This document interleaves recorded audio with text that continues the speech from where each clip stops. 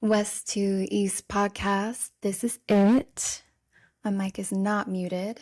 Thank you for tuning in. I'm your host, Nemo. Here we extract and explain the astronomical information in ancient texts and creation myths.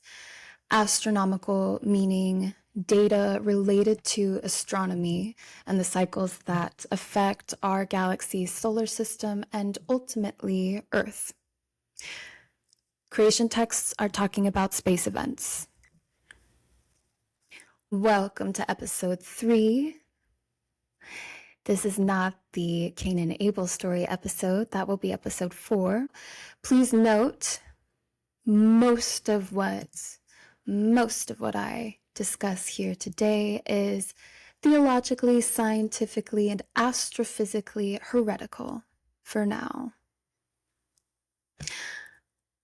This needed to be recorded before moving forward. It closes out the series. It sets the stage for everything that follows.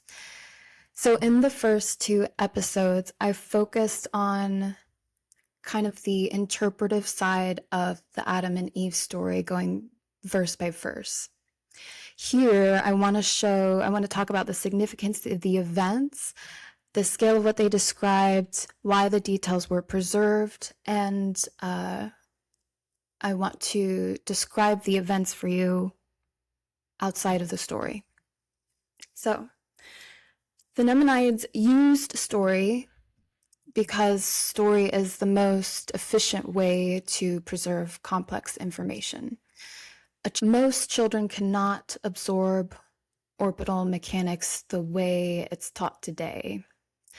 But a story can compress cycles, cause and affect emotional significance and pattern recognition into something memorable. That's what myth does best. This is why in Adam and Eve, the sky is a wilderness, the solar system's a garden, planets are trees, the moons are fruit. It's not random metaphor, it's a mnemonic system built to survive across generations. It's built to be remembered. So story also preserves more than facts. Story preserves also no more than facts. Story preserves more than facts. It preserves structure, meaning, and prediction. It makes it one of the strongest tools for transmitting knowledge through time. That's why humanity is so obsessed with stories. Greek tragedies, more Greek tragedies. I feel like everything is kind of a Greek tragedy right now. I'm sure there's I don't know, what's the opposite of Greek? So please note the Genesis 2 and 3 story is not in total chronological order. Some of the events are happening simultaneously. Some events are explained more to fit the story than follow the actual timeline. Before we go further, here is kind of the index framework for Galaxy of Eden. I'm such a nerd. I built an index for my podcast. Definition number 1, write it down, people. Atom, the atmosphere, and the ecosystem it supports. Eve, Earth, especially Earth enclosed by the atmosphere and the landscape of which is made visible through light diffusion from the atmosphere. Eden, the wilderness of space, especially the larger galactic expanse. The garden in Eden, like I said, the solar system. The rivers that water the garden of Eden are the 4 arms of the Milky Way, represented by Pishon, Gihon, Tigris, and Euphrates. I keep hitting my cup over here. Sorry, I'll probably do it again. Lord God is defined here as Uranus, however you'd like to say it in your mind. God is defined as the sun. Creation cycles, cosmic and ecological sequences that drastically change Earth's orbit, atmosphere, and rotation, affecting our solar system as well. Creation cycle number 2. The creation cycle the Nemanites personally experienced and the one described in the events Galaxy of Eden, Genesis 2 and 3. Creation cycle number 1. The cycle prior to creation cycle 2 and the one the Nemanites would have grown up calling their ancient creation stories and myths.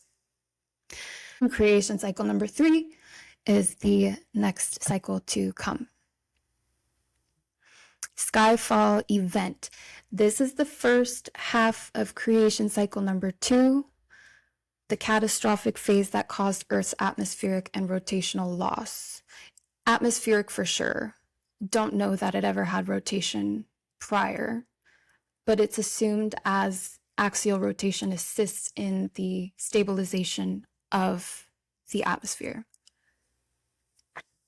Decoupling event, Earth being pulled out of its former orbit around the planet Uranus as described in the second half of creation cycle number 2. The Uranus axial pushover phenomenon, the event that left Uranus with a 97.77 degree axial tilt and an axial spin direction that is opposite the usual prograde direction as seen by most planets.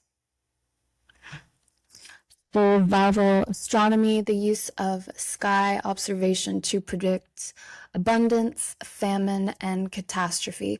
One day I'll do an episode on how that was the original function of the prophets. The snake in the Genesis story is the serpent's constellation and the constellation of the former galactic center. Did I just make up a word? I love doing that. Constellation.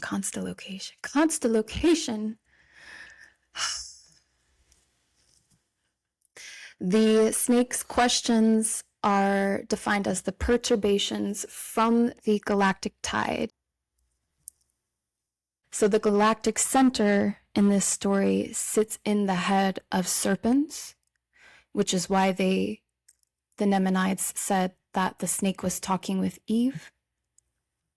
The head of serpents was close to the horizon of Earth at the time. The tree of life is any earthen orbit and axial spin tilt that supports the sustainment of the atmosphere. The tree of knowledge, Earth's current solar orbit where day and night / polarity exist. Polarity exists too? Sorry.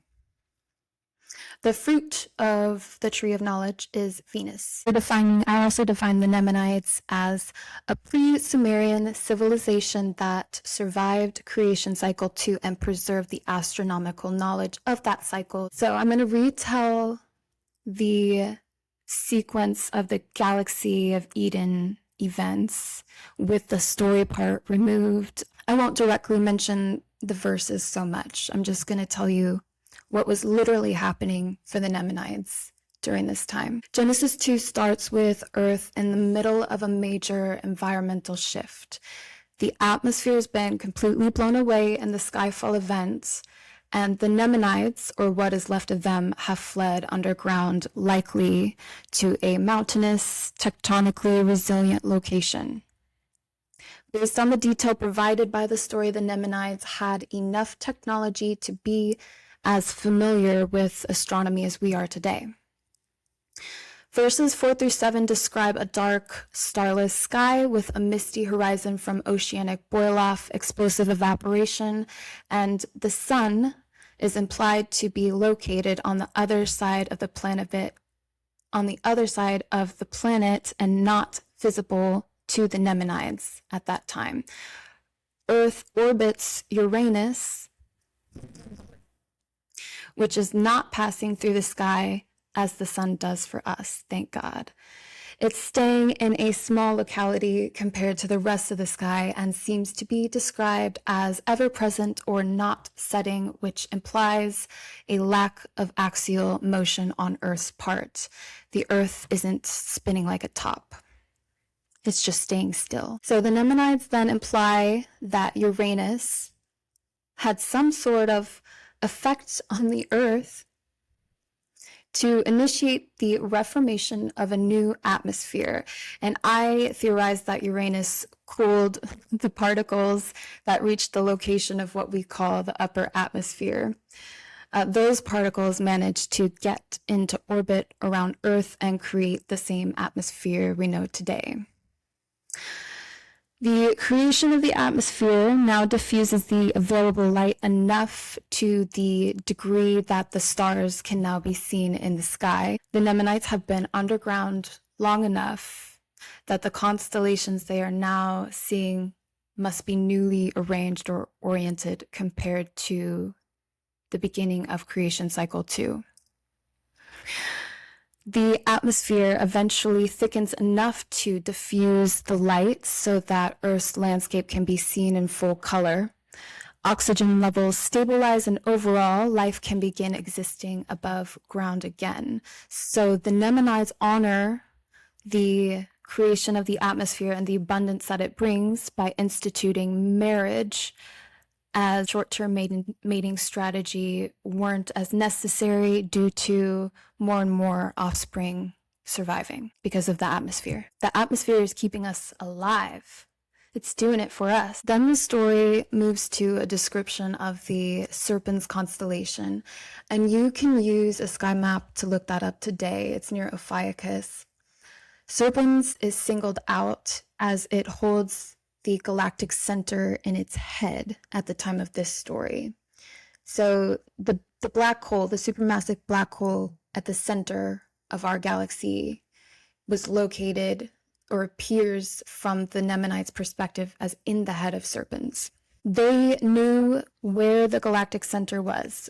They understood the relationship between Earth and its former host, Uranus, the sun, and the broader celestial environment. This is why their Adam and Eve myth contains such a precise astronomical structure. The stories preserve a sky that no longer exists in the same way. They give us a reference point for comparison, which means they've also given us a basis for prediction. The story proceeds with Earth beginning to experience gravitational perturbations from the galactic tide, which they have connected as sort of originating from the galactic center. The Nemanites also understand the strength of these perturbations has a possibility of destabilizing Earth's orbit. The sun begins to become visible to the Nemanites where it was not before. This is due to axial rotation being initiated, and from that Venus begins to rise high in the sky and pulls Earth toward the inner solar system and slowly out of orbit from Uranus. The happening of these events, the combination of it, Earth exiting Uranus's magnetosphere and the tectonic stress of the axial velocity initiation probably sounds like one of the craziest thunderstorms ever. Maybe it sounds like a bunch of earthquakes. We can only postulate. The Nemanites understand that